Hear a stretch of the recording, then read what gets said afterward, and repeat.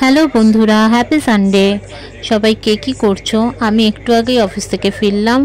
Office থেকে ফেরার পথে মারাত্মক বৃষ্টিতে ভেসেও গেছিলাম। তো যাই হোক গে, ফেরার পথে ঠিক করলাম যে আজকে রাত্রিটা একটু বাইরে থেকে খাবার খাবো, মানে খাবার নিয়ে এসে খাবো। তো যাই হোক গে, আমাদের এখানে দুটো ছোট ছোট রেস্টুরেন্ট হয়েছে আমাদের টালা পার্কে। একটা হচ্ছে শিপ অ্যান্ড ডাইন।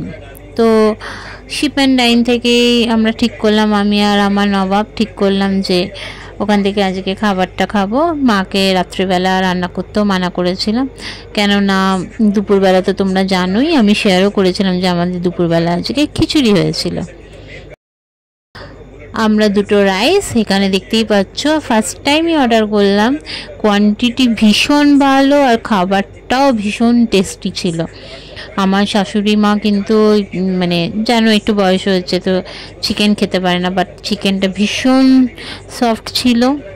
আমরা দুটো জিনিসই অর্ডার করেছিলাম, একটা হচ্ছে egg rice, egg fried rice, আর অর্ডার করেছিলাম হচ্ছে রেড হট গার্লিক চিকেন।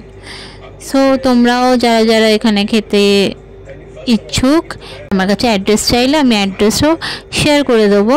এটা হচ্ছে টালা পার্কে একদম মুখে, যেখানে টালা পার্কে দুর্গাপুজোটা হয়, just opposite of Durga Puja pandal. এখানে খাবারটা কিন্তু অবশ্যই টেস্ট করো তোমরা, ভীষণ ইয়ামি, আর খাবার কোয়ান্টিটিও ভীষণ বেশি। আমাদের তো একটা রাইসই দুজনের হয়ে গেছে, আর আবার রয়েও গেছে।